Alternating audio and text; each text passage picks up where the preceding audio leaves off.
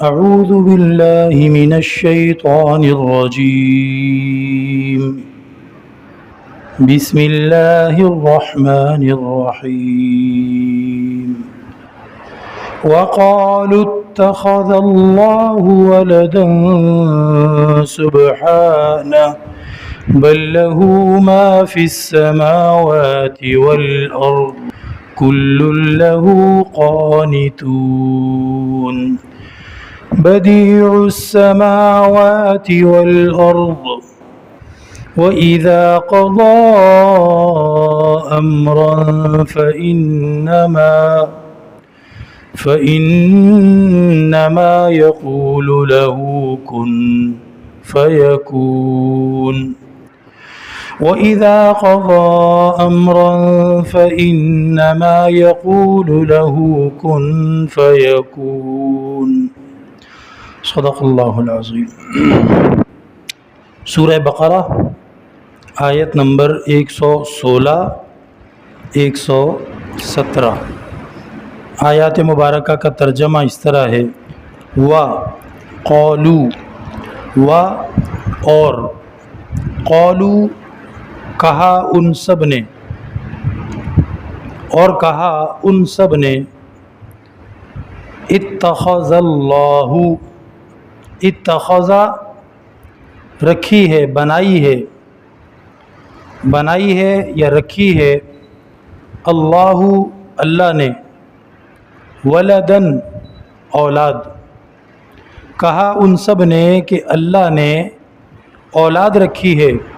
یہاں تک کافروں کی بات ہو گئی، آگے جواب ہے، سبحانہ، اللہ تو پاک ہے، اللہ تو بے عیب ہے،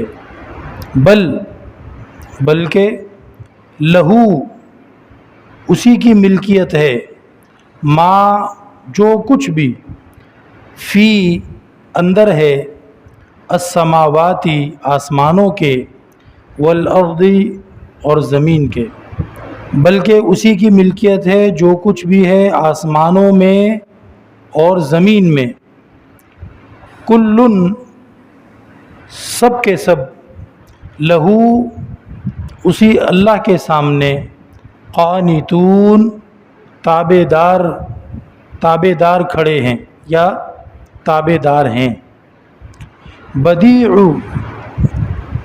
وہ وجود دینے والا ہے، السماواتی آسمانوں کو، والارض اور زمین کو، وَإِذَا اور جب، قضا امرا فیصلہ کر لیتا ہے کسی کام کا، فإنما تو بس اتنا ہی، یقول کہتا ہے، لہو اس کام سے یا اس چیز سے، کن کہ ہو جا، فیکون تو وہ کام یا وہ چیز ہو جاتی ہے۔ بے شک یہ آیت مبارکہ کا ترجمہ تھا۔ پچھلی آیتوں سے اس کا رابطہ اور تعلق اور کنیکشن کیا ہے؟ پچھلی آیتوں میں 3 طرح کے کافروں کے غلط دعوے کا ذکر تھا اور اس دعوے کا رد کیا گیا تھا۔ یہودی کہتے تھے کہ صرف ہم ہی جنت میں جائیں گے، ہمارے علاوہ کوئی نہیں جائے گا، اور نصارہ کہتے تھے، عیسائی کرسچن، کہ صرف ہم جنت میں جائیں گے، ہمارے علاوہ کوئی نہیں جائے گا، اس لیے کہ ہم حق پر ہیں اور دوسرے سب لوگ غلطی پر ہیں۔ اور مشرکین مکہ وہ کہتے تھے کہ سب سے زیادہ سمجھدار اور صحیح مذہب والے ہم ہیں، باقی سب لوگ تو ایسے ہی قصے کہانیاں بنا کر اس پہ چل رہے ہیں، سب سے زیادہ حق مذہب والے ہم ہیں۔ تو ان کے اس دعوے کا ذکر کیا گیا اور اس کو رد کیا گیا، اور ضابطہ صحیح، قانون اور قاعدہ جو صحیح والا ہے وہ بتایا گیا کہ جو کوئی بھی اللہ کی پوری فرما برداری کرے گا، جیسے ایمان لانا چاہیے ویسے ایمان لائے گا، اور اپنی مرضی کو اللہ کی مرضی کے تابع کر دے گا اور نیکیوں پر چلنے والا ہوگا، تو ایسے لوگوں کا اجر اللہ ضائع نہیں کرتا۔ اس کے بعد پھر اس چیز کی کوئی حیثیت نہیں رہ جاتی کہ وہ اپنا نام یہودی رکھے یا عیسائی رکھے یا مسلمان رکھے یا اپنے قبیلے، مذہب اور ملک و ملت کے حساب سے بات کرے۔ اگر وہ فی الحال اللہ کی طرف سے آئے ہوئے حکم کو صحیح پورا کر رہا ہے تو وہ جنت میں جائے گا۔ اور مشرکین کے دعوے کو اس طرح رد کیا کہ یہ تو سب سے بڑے ظالم ہیں، ان سے بڑا تو ظالم کوئی ہے ہی نہیں۔ ان ظالموں نے تو مسجد حرام میں اللہ کے سب سے زیادہ نیک بندوں یعنی نبی پاک علیہ السلام اور صحابہ کرام کو مسجد حرام میں آ کر عمرہ کرنے سے، عبادت کرنے سے روکا۔ ان سے بڑا ظالم کون ہے؟ یہ کس منہ سے اپنے آپ کو حق پر سمجھتے ہیں اور دوسروں کو باطل پر؟ تو ان کے ایک دعوے کا رد تھا یہودیوں کے، عیسائیوں کے، مشرکوں کے۔ ان آیتوں میں دوسرے دعوے کا ذکر اور اس دوسرے دعوے کو رد کیا گیا ہے۔ دوسرا دعویٰ ان تینوں طبقات کا، تینوں طرح کے لوگوں کا یہ تھا کہ اللہ کی اولاد ہے، نعوذ باللہ۔ حضرت عزیر علیہ السلام اللہ کے ایک نبی گزرے ہیں۔ قرآن کریم میں اللہ تعالیٰ نے ان کا واقعہ تیسرے سپارے میں بتایا ہے، سورہ بقرہ کے آخری حصے میں، کہ اللہ تعالیٰ نے ان کو وفات دی، فوت ہو گئے، جبکہ وہ اپنا کھانا باندھ کر گدھے پر سوار ہو کر کہیں سے گزر رہے تھے، تو اللہ رب العزت نے ان کو وفات دے دی، وہ فوت ہو گئے، اور ان کا وہ گدھا بھی فوت ہو گیا۔ اور اللہ تعالیٰ نے بتایا ہے کہ 100 سال تک وہ اسی طرح وہاں پر بے جان حالت میں رہے، اور اس کے بعد اللہ نے ان کو دوبارہ زندہ کر دیا،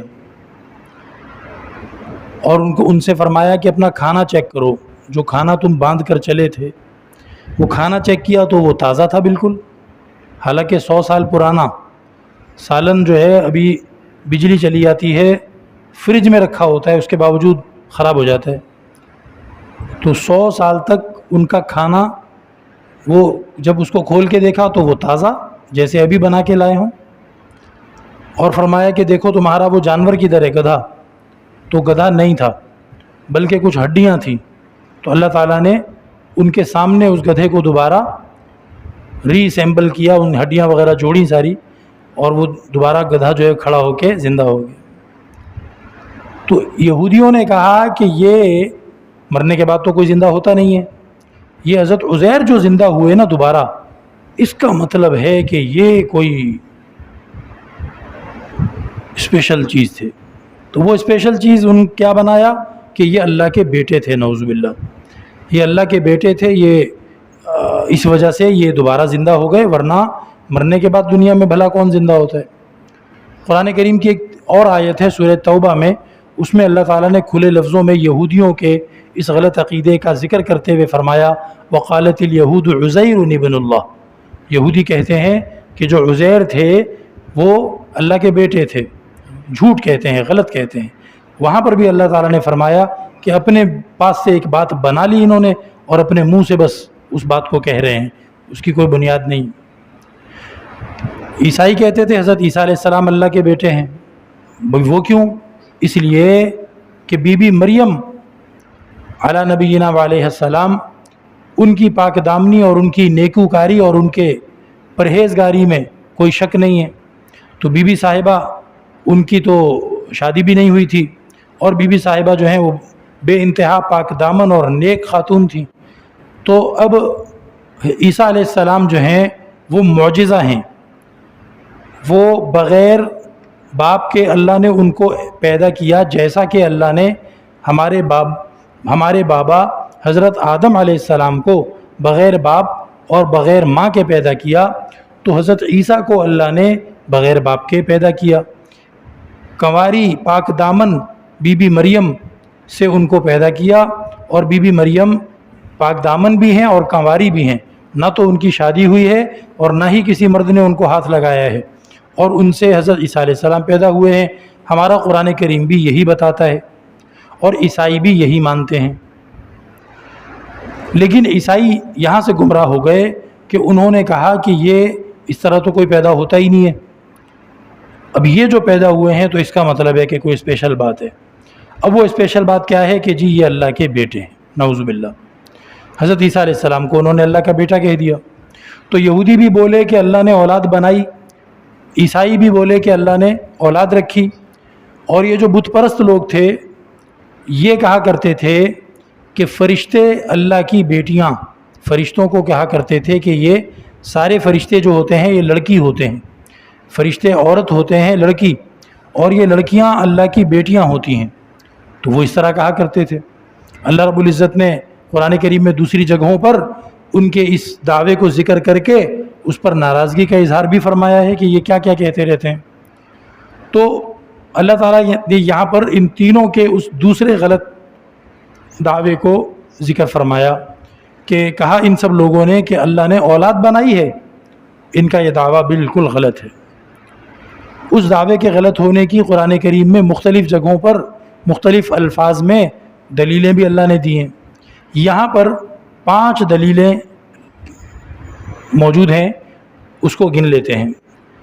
اللہ تعالیٰ نے سب سے پہلا جواب تو یہ دیا سبحانہ،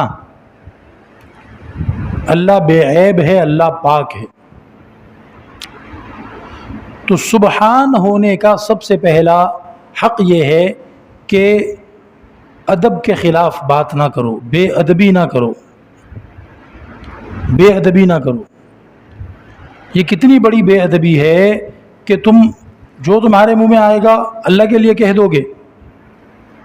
بھائی اگر کسی کا والد دوستانہ طبیعت رکھتا ہے، نرم طبیعت والا آدمی ہے، اور بیٹے کہیں کہ ہمارا باپ تو دوستوں کی طرح ہم سے بات کرتا ہے، تو اس وجہ سے وہ باپ کی بے ادبی شروع کر دیں اور باپ کو نام لے کر کہنے لگ جائیں ابے یار فلانے بات سن، تو کوئی بھی شخص ان کے اس حرکت پر خوش نہیں ہوگا اور ان کو لعن طعن کرے گا ہر کوئی کہ یہ کیا بدتمیزی اور یہ کیا بے وقوفی حماقت کرتے ہو۔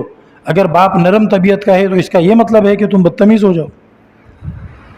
تو اللہ رب العزت نے کرم فرمایا، مہربانیاں فرمائیں، تم نے اتنی بھی لاج نہیں رکھی کہ تمہارے منہ میں جو آتا ہے کہہ دیتے ہو اور اپنی طرف سے بناتے ہو اور اللہ کی مخلوق کو اللہ کی اولاد قرار دیتے ہو۔ ادب کے خلاف ہے، سب سے پہلی کیا بات ہے؟ ادب کے خلاف ہے۔ سبحانہ، اللہ تو پاک ہے، برتر ہے، اس کا تو ادب کرو۔ یہ کہ اپنی طرف سے رشتے جوڑ رہے ہو اللہ کے۔ اس لفظ کے اندر دوسری دلیل بھی موجود ہے، وہ یہ کہ اللہ بے عیب ہے۔ اولاد عیب کی دلیل ہے۔ اولاد اس لیے چاہیے کہ میں تو مر جاؤں گا، جو کچھ میں نے کمایا ہے، جس سے میری دلچسپی وابستہ ہے، میری جائیداد، میری دولت، یہ کوئی ایسا سنبھالے جس سے مجھے سب سے زیادہ پیار ہو، اور وہ اولاد ہوتی ہے۔ تو انسان کے اندر یہ خرابی ہے کہ انسان کتنا کامیاب شخص کیوں نہ بن جائے، کتنا کمائیاں کرنے والا، عہدے پہ جانے والا، تعلقات بنانے والا، لیکن آخر وہ مر جائے گا۔ تو جب وہ مر جائے گا تو یہ اس کے اندر عیب ہے۔ اس عیب کی خرابی کچھ کم کرنے کے لیے اللہ تعالیٰ نے انسان کو اولاد کی نعمت دی کہ چلو بھائی تمہارے بعد تمہارے بچے جو ہے تمہارے جائیداد یا تمہارے کام کو سنبھال لیں گے۔ تو انسان کے اندر یہ عیب ہے کہ وہ فنا ہو جائے گا، مر جائے گا۔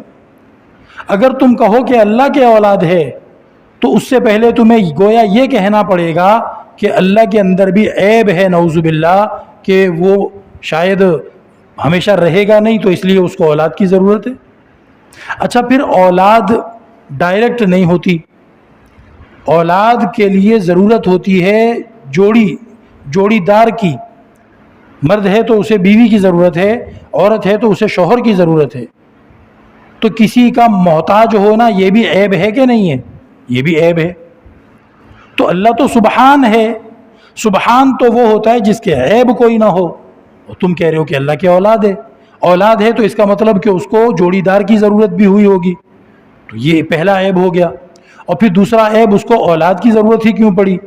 کیا وہ ہمیشہ رہنے والا نہیں ہے؟ کیا وہ کمزور ہے؟ دنیا میں لوگ چاہتے ہیں کہ ان کے 10 9 12 بیٹے ہو جائیں، بہت سارے بیٹے پیدا ہو جائیں، تاکہ معاشرے میں ان کا رعب بڑھ جائے۔ کوئی ان کی طرف آنکھ اٹھانے سے پہلے سوچے کہ اس کے 12 لڑکے ہیں، اس کے 8 لڑکے ہیں، اگر ان میں سے 4 بھی مل کے آ گئے تو میرے دانت جھاڑ دیں گے سارے۔ تو لوگ ڈرتے ہیں ایسے آدمی سے جس کے زیادہ بیٹے ہوں، تو لوگ اس لیے تمنا کرتے ہیں کہ ہمارے زیادہ بیٹے ہوں، یا ہماری اولاد ہو، یا کم سے کم ایک ہی بیٹا ہو برابر میں چلنے کے لیے۔ اللہ تعالیٰ کو ایسی کسی چیز کی ضرورت نہیں ہے، نہ اولاد کی، نہ بیٹے کی، اور نہ معاشرے میں رعب بٹھانے کے لیے لوگوں کی اللہ کو ضرورت ہی نہیں۔ اور اسی لفظ کے اندر تیسری دلیل بھی ہے۔ تیسری دلیل یہ ہے کہ اللہ پاک ہے، جیسا اللہ ہے نا ویسا کوئی اور ہو ہی نہیں سکتا۔ اللہ تو سبحان، اور سبحان کوئی اور ہو نہیں سکتا۔ اب حضرت عزیر علیہ السلام اللہ کے سچے نبی تھے، اللہ کے بندے تھے۔ حضرت عیسیٰ علیہ السلام اللہ کے سچے نبی، اللہ کا کلمہ، اللہ کے بندے۔ لیکن سبحان جو ہے وہ تو اللہ ہی ہے بس۔ تو مطلب کیا ہوا کہ سبحان کا اگر کوئی بیٹا ہوگا تو وہ بھی سبحان ہوگا۔ بھائی انسان کا بیٹا انسان ہوگا نا، یا انسان کا بیٹا خرگوش ہوگا، یا انسان کا بیٹا کوئی اور جانور ہوگا؟ انسان کا بیٹا انسان ہوگا۔ اگر کوئی کہے کہ یہ بلی میری اولاد ہے، یہ خرگوش میری اولاد ہے، یہ ہرن میری اولاد ہے، یہ چیتا میری اولاد ہے، لوگ ہنسیں گے اس پر، کہیں گے یہ پاگل ہے۔ انسان کا بچہ انسان ہوگا، تو اللہ کون؟ سبحان۔ تو سبحان کا اگر کوئی اولاد ہوگی تو وہ اولاد بھی سبحان ہو، اس کے اندر وہ ساری خصوصیتیں، صفتیں ہوں جو خدا والی ہوتی ہیں۔ خدا نہ کھاتا ہے، نہ پیتا ہے، نہ سوتا ہے، نہ خدا کو کسی انسان نے پیدا کیا، نہ اس کو جنم دیا، نہ اس سے پہلی دفعہ موت آئے گی، نہ اسے دوبارہ موت آئے گی۔ حضرت عزیر علیہ السلام کو تو ایک دفعہ موت آئی تمہارے سامنے، اور پھر دوبارہ بھی آئی۔ حضرت عیسیٰ علیہ السلام تو پیدا ہوئے ایک انسان سے، تو وہ سبحان تو نہ ہوئے نا۔ تو یہ بہت بڑا عیب ہے، کوئی آپ سے آ کر کہے کہ مبارک ہو آپ کے گھر خرگوش پیدا ہو گیا ہے، تو آپ تو اس کی جان نکالنے پر آ جائیں گے۔ آپ کہیں گے اس نے بدتمیزی کی ہے میرے ساتھ، اس نے میرے ساتھ مذاق، ایسا مذاق کرتا ہے کوئی کہ اس نے کہا کہ آپ کے گھر خرگوش پیدا ہو گیا۔ میں انسان ہوں بھائی، میرے گھر اگر بچہ ہوگا تو وہ انسان ہوگا۔ وہ اللہ کے لیے تم ایسی بات کرتے ہو کہ اللہ کا کوئی بچہ ہے نعوذ باللہ، لیکن وہ سبحان نہیں ہے۔ اللہ تو سبحان ہے، اور اللہ کے سوا سبحان کوئی ہے نہیں۔ تو یہ تم اللہ کی تعریف کر رہے ہو، حضرت عیسیٰ کو اللہ کا بیٹا کہہ کر، یا فرشتوں کو اللہ کی بیٹیاں کہہ کر تعریف نہیں کر رہے، تم تو الٹا اللہ تعالیٰ کے خلاف بہت گندی بات کر رہے ہو۔ جیسا کہ کسی انسان کے خلاف یہ بات نہیں کی جا سکتی کہ اس کے گھر کوئی جانور پیدا ہو گیا۔ تو لفظ سبحان کے اندر یہ 3 دلیلیں ان کی بات غلط ہونے کی ذکر فرما دی گئیں۔ آگے 4 دلیلیں مزید ہیں، انشاءاللہ ان کو جو ہے وہ اگلے درس میں ذکر کر دیا جائے گا۔ اللہ رب العزت مجھے اور آپ کو قرآن کریم سے محبت نصیب فرمائے، قرآن کریم کو پڑھتے رہنے، سمجھتے رہنے، عمل کرتے رہنے اور پھیلانے کی توفیق عطا فرمائے۔ یا اللہ قرآن کریم کو ہمارے لیے بیماریوں سے شفا کا ذریعہ بنا دے، قرآن کریم کو ہمارے لیے بے عملی سے نکل کر نیک اعمال پر کھڑے ہو جانے کا ذریعہ بنا دے۔ اے اللہ قرآن کریم کو ہمارے گناہوں کی معافی کا ذریعہ بنا دے، ہماری پریشانیوں سے نجات کا وسیلہ بنا دے۔ اے رب کریم قرآن کریم کے ایک ایک حرف کے بدلے ہمارے دلوں میں، ہماری زبانوں پر، ہمارے دماغوں میں اور ہمارے جسموں میں، ہڈی گوشت پٹھے میں یا اللہ نور اتار دے۔ اے رب کریم قرآن کریم کے ذریعے سے ہمارے سینوں کو کشادہ فرما دے، ہماری زبانوں کو یا اللہ تو قرآن کریم کے ذریعے سے رونق بخش دے۔ یا اللہ قرآن پاک کو سیکھنے، سکھانے، پڑھنے، پڑھانے، عمل کرنے، پھیلانے کی بھرپور توفیق عطا فرما۔ یا اللہ ہمیں خود بھی وقت نکال کر قرآن، حدیث اور شریعت کے علم سیکھنے والے بنا، اور ہمیں یہ توفیق دے کہ ہم اپنے بچوں کو بھی یا اللہ حبیب پاک صلی اللہ علیہ وسلم کا سچا پیارا دین سکھانے والے بن جائیں۔ اے رب کریم اس مسجد اور مدرسے کی قیامت تک حفاظت فرما، دن دوگنی رات چوگنی ترقی ہر خیر میں عطا فرما، ہر شر سے حفاظت فرما، انتظامی، تعلیمی، تعمیری، افرادی ہر اعتبار سے یا اللہ تو بھرپور وافر سہولتیں مہیا فرما۔ اے رب کریم، کمیاں، رکاوٹیں، محرومیاں انتظامی معاملات کے اندر یا اللہ ناکافی اور ناقص سہولیات، یا اللہ تو اس سب معاملے کا سدباب فرما کر اپنی مدد شامل حال فرما۔ یا اللہ بجلی اور گیس اور پانی اور صفائی ستھرائی اور ہر انتظام کے اندر ہماری خصوصی مدد فرما۔ یا اللہ کے جو نیک بندے محبت کے ساتھ مسجد اور مدرسے کو ترقی کرتے ہوئے دیکھنا چاہتے ہیں، یا اللہ تو ان کو دین اور دنیا میں اور مال و دولت میں اور صحت اور آل و اولاد میں تو ان کو نہال فرما، یا اللہ ان کو مالا مال فرما۔ اے رب کریم، ہمیں یا اللہ تو دین کی خدمت کے لیے قبول فرما، اتباع سنت کے ساتھ، اخلاص کے ساتھ، عافیت کے ساتھ ہم سے ہمیشہ دین کا کام لے۔ اے رب کریم، ہمیں موت کے وقت کلمہ نصیب فرما، ہمارے ایمان کا تحفظ فرما۔ یا اللہ ہم جتنے بھی تیری بارگاہ میں ہاتھ پھیلائے بیٹھے ہیں، یا اللہ ہم فقیر ہیں، تو غنی ہے، یا اللہ ہم تنگ دست اور خالی ہاتھ ہیں، یا اللہ تو سخی ہے، تو دینے والا ہے، تو تمام کائنات کے خزانوں کا مالک ہے۔ یا اللہ آسمانوں کے، زمینوں کے، سمندروں کے، خشکی کے اور پتہ نہیں کس کس خیر کے خزانے تمام کے تمام یا اللہ تیرے ہی ہیں۔ اے رب کریم، ہم فقیروں پر وہ خزانے نچھاور فرما دے اور ہمیں مالا مال فرما دے۔